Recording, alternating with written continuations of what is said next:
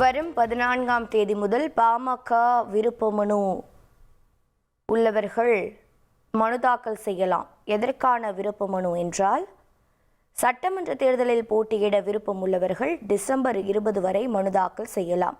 பனையூரில் உள்ள பாமக அலுவலகத்தில் விருப்ப மனுக்கள் பெறலாம் என்று அன்புமணி ராமதாஸ் தெரிவித்திருக்கிறார். முக்கிய செய்தியாக பார்க்கிறோம். பாமக தலைவர் அன்புமணி ராமதாஸ் டிசம்பர் 14ஆம் தேதி முதல் விருப்ப மனுக்கள் பெறப்படும். சட்டமன்ற தேர்தலில் போட்டியிட உள்ளவர்கள் விருப்ப மனுக்களை தாக்கல் செய்யலாம் என்று தெரிவித்திருக்கிறார். இது பற்றிய மேலும் தகவல்களை செய்தியாளர் சங்கரன் வழங்கிட கேட்கலாம். சங்கரன் வணக்கம். மேலும் தகவல்கள் என்னென்ன? வணக்கம் கல்பனா முனியாண்டி. பாமக தலைவர் அன்புமணி ராமதாஸ் முக்கியமான அறிவிப்பை வெளியிட்டிருக்கிறார்.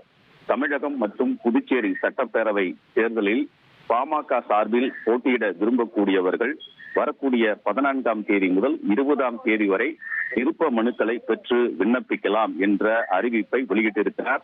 சென்னை பனையூரில் உள்ள கட்சி அலுவலகத்தில் தினமும் காலை 11 மணி முதல் மாலை 6 மணி வரை விருப்ப மனுக்களை பெற்று பூர்த்தி செய்து அளிக்கலாம் என்று தெரிவித்திருக்கிறார். 20ஆம் தேதி மாலை 6 மணிக்குள் விண்ணப்ப படிவங்களை வழங்கலாம் என்றும் தெரிவித்திருக்கிறார். இதற்காக கட்சி நிர்வாகிகள் யார் யார் போட்டியிட விரும்புகிறார்களோ அவர்கள் விண்ணப்பிக்கலாம் என்று தெரிவித்திருக்கிறார். ஏற்கனவே அதிமுக இது போன்ற ஒரு அறிவிப்பை வெளியிட்டிருக்கிறது. தேர்தலுக்கு இன்னும் குறுகிய கால அவகாசம் இருக்கக்கூடிய சூழலில் பல்வேறு கட்சிகளும் விருப்ப மனுக்களை கட்சி நிர்வாகிகளிடமிருந்து பெறுவதற்கான அறிவிப்பை வெளியிட்டு வருகின்றன என்பது குறிப்பிடத்தக்கது. பாமகவை பொறுத்தவரை உள்கட்சி விவகாரம் மிகப்பெரிய பிரச்சனையாக உருவெடுத்திருக்கிறது. அந்த கட்சி யாருக்கு சொந்தம், யார் தலைவர் என்பதிலேயே பிரச்சனை இழுபறி நீடிக்கிறது.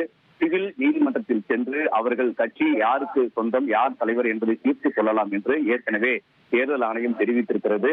ஆனால் இப்படிப்பட்ட ஒரு சூழலில் தேர்தலுக்கான விருப்ப மனு பெறக்கூடிய அறிவிப்பை அன்புமணி அறிவித்திருப்பது குறிப்பிடத்தக்கது. கல்பனா, உங்களுடைய விரிவான தகவல்களுக்கு நன்றி சங்கரன்.